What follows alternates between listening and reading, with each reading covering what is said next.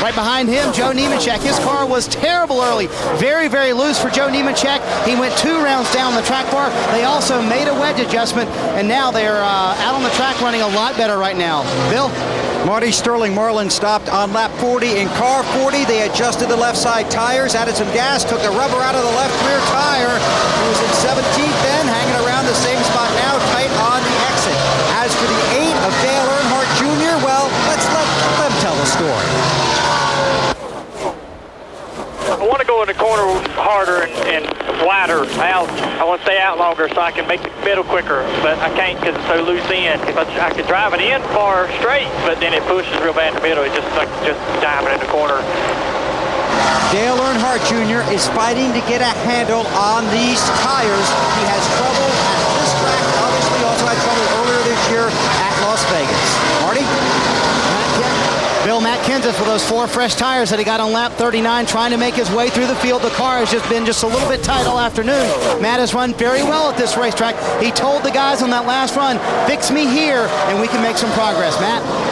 All day Saturday, Marty, Bobby Labonte fought a balance issue with his race car. It would be way on the tight side or on the opposite of the spectrum, way on the loose side. They have slowly dialed it in. He has worked his way inside the top 20 with a wedge and air pressure adjustment. Bill? Dave Blaney having a good run coming off the finish last weekend at Daytona when he came home 15th. Currently inside the top 20, trying to get a top 15, top 10. Matt? The 41, Casey Mears on pit road. Water had climbed to over 250 degrees. The reason, some debris on the grill. It looks to be a tear-off of another race car. 4 tire change as well. No other adjustments. Tough break for Casey Mears. Yeah, he was 6th when he peeled off and came down the pit lane, Matt. And he's going to lose a lap with this unscheduled stop. Tony Stewart is the race leader. 3.7 seconds up on second place Jeremy Mayfield. We were getting that report on Dale Jr. listening to the radio conversation between he and his crew. And Wally, your eyebrows shot up instantly. Yeah, I know exactly what he's going through.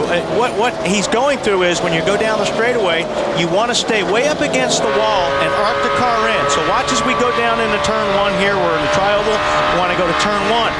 When your car is loose in, if you stay out and turn right here, the car wants to get loose. So you're afraid to turn the steering wheel. So what you have to do is, like Dale was talking about, you have to drive the car straight in and not turn the wheel. When you do that, it gets you to the center and it makes the car push. So he is driving to try to adjust to the car. In other words, the car's loose and he's changing his line to make the car tight. And that's what really makes great race car drivers and average race car drivers. A driver that can change his line throughout the race to make his car go faster. Not change the car, just change the way he drives it. Dale Earnhardt Jr., after starting the race in 25th position, is up to 16th now. And trying to hang in there, obviously with some work to do still to get that car's handling to his liking.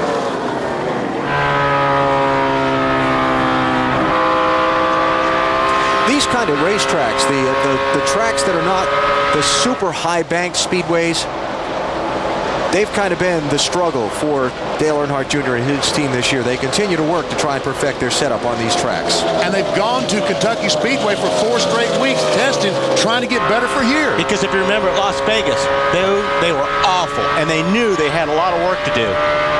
Matt, what happened to the 41 car? Well, BP, when he pulled into his pit stall, the tear-off, which was on the grill of that race car, fell off the grill. The water had climbed over 250 degrees. Now, another problem for his teammate, the 42, Jimmy McMurray. He pitted under the previous caution. The reason? This was stuck in the grill of his race car. Wow. And that came from the 21, right, Matt? Came from the 21. A brace. To Marty. As we were going through the field, I was following the trials of Kevin Harvick. He radioed to his guys, said we have a tire going down. I don't know which one it is. He was running 15th at the time. He hits pit road running 25th. They not only have the oil problem, the oil temperature was up to almost 300 earlier today. Now they have a tire go down. They have to pit out of sequence. The 2-time Chicago winner trailer down here early. And you know what? They got a lot of tape on that car. He has no opening in the grill. If you look at the front of the car here, there's a lot of tape on that grill. Now what that does is that helps the downforce of the car, but you're blocking off the opening for the cooling. So Marty, you think that may be a problem? Did they take any of that off? That was one of the problems, Wally, and what they did on the very first stop, they pulled a 1-inch strip of tape off where the oil cooler is to get some air to the oil cooler, trying to bring that oil temperature down. Like I said, it was at 300. It's now down to 250.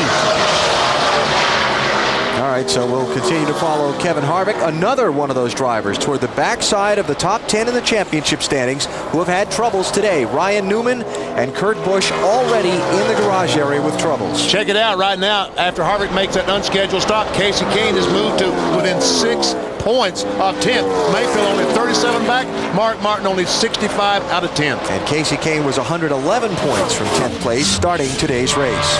Tony Stewart with a big lead after 100 miles here at Chicagoland Speedway. How about a check of the Wendy's race menu? Next weekend is summer vacation for the NASCAR Nextel Cup Series, but in a couple of weeks it's New Hampshire International Speedway. It'll be on TNT at 1:30 Eastern Time. The following Sunday, the big 2.5-mile triangle in Pocono, Pennsylvania. Then it's the Brickyard 400 and the road course in Watkins Glen. Our Wendy's race menu following NASCAR action through the summer on NBC and TNT. Here's your race leader just past 100 miles here at Chicagoland Speedway in the Tropicana 400. Tony Stewart out in front of Jimmy Johnson by 3.7 seconds. With Jeremy Mayfield, Elliott Sadler, and Mark Martin rounding out the top 5. We're riding on board with Dale Earnhardt Jr. a little while earlier. We want to go back and look at that from inside the race car and see what kind of work he's doing with the wheel and the gas pedal and all the rest. Yeah, we can watch him here, and well, he looks like he's talking to somebody right there. Got his hand off the wheel, but you kind of watch his arms and you listen to the throttle. Takes a long time to get to the throttle, and he's real gentle on the throttle. So he's driving that thing like he's being very careful. The steering wheel just doesn't move on these cars as much as they used to, because used to it looked like the driver was fighting flies. Just a little tight. The car started off real tight and it kind of neutral up. Now the fact it's just a little stuck. I really ain't gonna make nothing but a small change. The next stop we'll put 4 tires on it. See where we're staying. See, as it sounds like as that fuel burned off, his car's got tight where it was really loose earlier in the run. Now, let's go take a look at a guy that's handling very well right now. It'll be the 6-car Mark Martin, who's running in 5th place. Hear him back off the throttle, go down the corner. And look at his arms. They don't move. He's got that steering wheel locked, and that's the sign of a good handling race car. When you don't have to jerk and pull on that steering wheel, he goes down the corner, he sets the steering wheel, and he lets the car do the work. It's funny to watch different driving styles, too. You know, some guys have the hands at 10 and 2, but Mark Martin, if you look right here on his right elbow, he has a pad like you might wear if you're playing softball or volleyball in a gym somewhere. And he rests that arm on the steering wheel and takes those hands all the way over, always has. And that's exactly how I do it. When I get in a car, when I get fitted to a car, I measure the wheel. And if the wheel just touches my right elbow, that's when I know how to set the seat position. Comings and goings from the racetrack. Ryan Newman has come back on the racetrack with a new nose on the car. He's back in 41st position. He's 56 laps down. He's missing one thing, the hood. And a lot of downforce. And a lot. Yeah. And off to the garage, Kevin LePage and P.J. Jones have gone behind the wall. Tony Stewart in command by 5.2 seconds. It was 3.7 just a little while ago.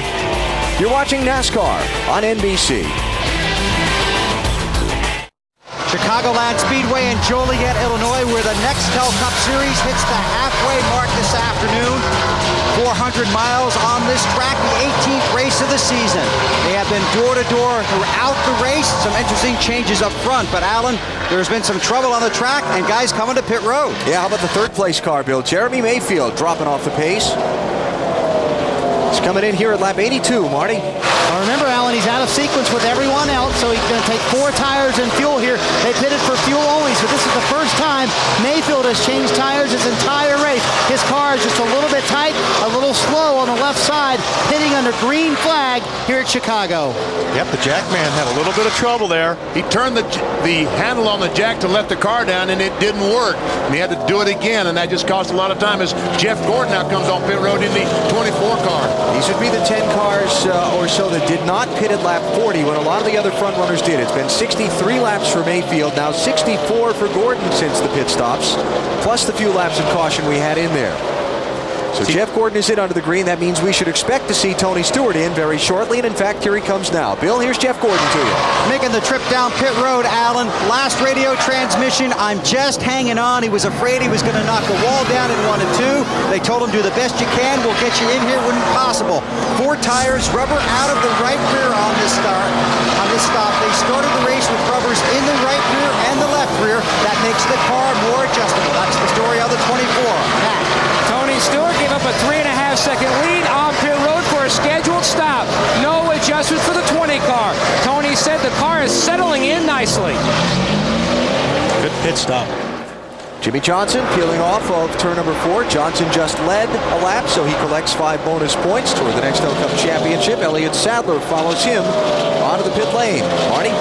Elliott Sadler's been so happy with his car, Alan. Same car that he won with in Texas. He told me this morning, I had the same feeling I had at Texas. He said, we're just a little bit tight. Free me up a little bit, Todd. To his crew chief, Todd Parrott. That's a half pound out of the right front tire. Excellent run for the M&M's car so far, Matt. Chassis adjustment already completed on the right side of Jimmy Johnson's Chevrolet. The car was tight trying to fix that, but it was very comfortable on entry. 13-8. Got to keep an eye on these guys. They're going to start dropping these air pressures, so got to be careful on these right fronts. Don't forget what we talked about. If you start too low, you're going to build up way too much heat. You're going to have problems there. Rusty Wallace heading toward his crew for a pit stop, Dave. Alan, his car, which had been given no adjustments, now needs them. Look at the wrenches going in the rear there. That will adjust the chassis. That will make the car looser. That will help Rusty's car turn. They also fill it full of fuel, put fresh rubber on there, and send Rusty back out. Fuel still going in. They wait. He goes. And here comes Scott Riggs off the banking for his pit stop. Remember, these are the 10 cars that did not stop under the caution at lap 40 when everybody else did. Dave? Happy to serve. Back down here with the 10 car of Scott Riggs. 4 tires and fuel. No adjustments for him. He had actually picked up a couple of positions on the last part of the run. Started 16th. Was running 7th before cars started pitting. Fuel going in now. Crew finishing up with the lug nuts. They send rookie Riggs back out. Hey, if the yellow comes out now, these guys are in trouble. Here's a race for second place. Casey Kane in the 9, Sterling Marlin in the 40. The leader's Mark Martin now, by virtue of the pit stops. Remember, Mark did stop at lap 40. Too lonely. Trying to see who we're waiting for here. Jamie McMurray and Terry Labonte should be the final 2 to stop that didn't pit back at lap 40. So Mark's the leader. He's 3.1 seconds ahead of that race for second between Kane and Marlin. Then you got Jeff Burton 4th, Matt Kenseth up to 5th. Terry Labonte 6th for now. Then Dale Jarrett up to 7th. Greg Biffle 8th, despite the damage from earlier. Joe Nemechek 9th, and Dale Earnhardt Jr. is 10th. Tony Stewart, who has been the dominant driver so far, is a lap down in 23rd place and hoping not to see the caution flag. You know what time it is, BP? Is it time to We haven't done this since Daytona. I know. Cue the duck. Yes, sir. Our Aflac NASCAR Nextel Cup trivia question. We kind of thought Ryan Newman would be a factor in this race. He got the flat tire and caught up in an accident earlier, but we'll throw it at you anyway. What was the lowest starting position Ryan Newman came from to win a NASCAR Nextel Cup Series race? First. No, the lowest position. You mean the highest position? The worst qualifying. The worst qualifying. Okay, the worst qualifier. Okay. I don't know. We know he wins from the pole a lot. Yes. He's won 10 times in 97 races. 3 came from the pole. Only 2 came from outside the top 10, the lowest being here 1 year ago. All right. It won't happen today. No. Ryan Newman will not win today. 14th place qualifier might win it, but it will not be Ryan Newman. For Tony Stewart fans, he has just become the highest non-lead lap car. So if the caution comes out now, he gets the lucky dog, the free pass, and he'll be okay if the caution comes out before these other leaders pit. Jeff Burton, the 99, trying to get by Casey Kane. It looks like the Kane in the 9 car is struggling just a little bit right now. Tony Stewart passed him a moment ago and just simply drove away from him. Yeah, he's up on that high line. He's been real fast up there, but you're right, BP, he's losing a lot of ground. Mark Martin is the race leader, 3.8 seconds up on Sterling Marlin as we close in on 150 miles at Chicagoland Speedway today. Mark seeking his second win of 2004 and a spot in that chase for the Nextel Cup Championship.